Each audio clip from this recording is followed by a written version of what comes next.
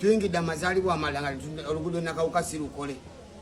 Bwentyo bwe ŋŋenda okukaddiwa nga Omuyimbi King Saha avuddeyoko ne yeekyangacyangamu munnange ate wano mu katambi. Enviiri mbadde ndaba wali nga munnange azitadde zonna bwe ziti nga bw'ogezaako okulaba munnange ate mu katambi. Nno ye agamba nti nno akuzizza munnange ate amazaalibwa ag'okulala nga oluguudo munnange ate olw'e Nakawuka nga terunaba munnange ate kuggwa.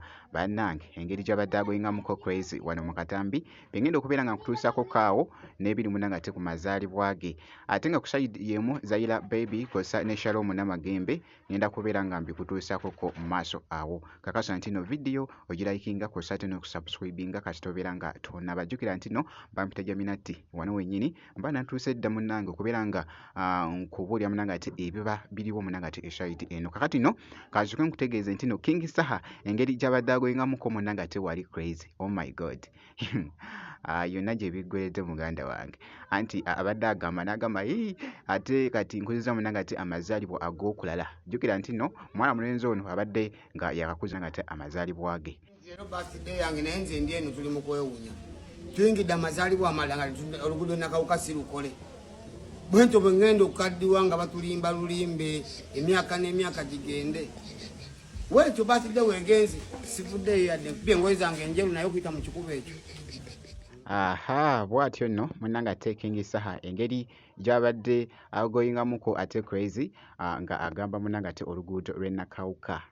Munnange weebityo akatambi ako kabadde kakutte ettabbu era nga ku sayidi y'emu jjukira nti nno nkutegeezezza ne nkugamba nti ku lunaku olw'amazaalibwa ge kakati nno mikwano gye abamu batandise munnange ate omuleetera ebirabo esayidi. Abaddewoko n'ekirabo kyabadde agenda osabuukulula nga bw'okiraba kibadde mu kabokisi mikwano gye gibadde gikimuleetedde. Ekirabo kino kivuddemu Team Arkwright tukireese n'omutima gumu twagala atusanyuke. Timu Arkwright ate timu Kyotera. Naye nga njagala bajjukiza 23 etuli Kyotera. Yes man. Bana neyanziza nnyo neyanzige baganda bange.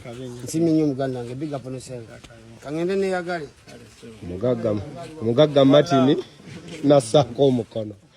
Yoyo nno munnange ate King Saha nkugambye bw'atyo ku lunaku munnange ate olw'amazaalibwa ge weebityo munnange ate webitambudde. Kakati nno kankwongereyoko wali Zaira Baby kw'ossa ne Shalom Namagembe muwala wa Bobi Wine. Jjukira nti nno baana bawala bano baakutula ddiiru ne kampuni ekola pads era nga wali by the way bavuddeyoko wali ne beekubisayoko ebifaananyi ebyo. Jjukira nti nno beekubisa ebifaananyi bino ng'era bakutte pads ezo okubeera nga bazanjula munnange ate eri abantu nga boogezaako okulaba. By the way bibadde bikutte ettabbu.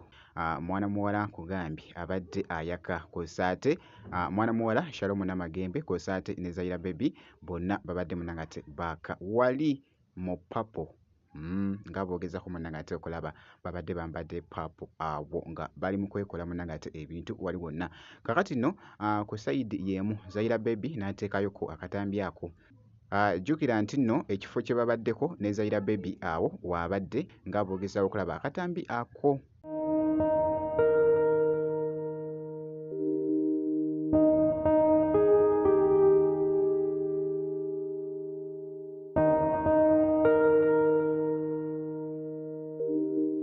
Yoyo nno munnange ate mwana muwala Zaira Baby nkugambye babadde bambi nga banyumye okukamalako obumazi. Kakati nno ngenda kubeera nno nga nkomawoko mu maaso awo. Kakasa nti nno vidiyo ogirayikinga kw'ossa ate n'okusubscribinga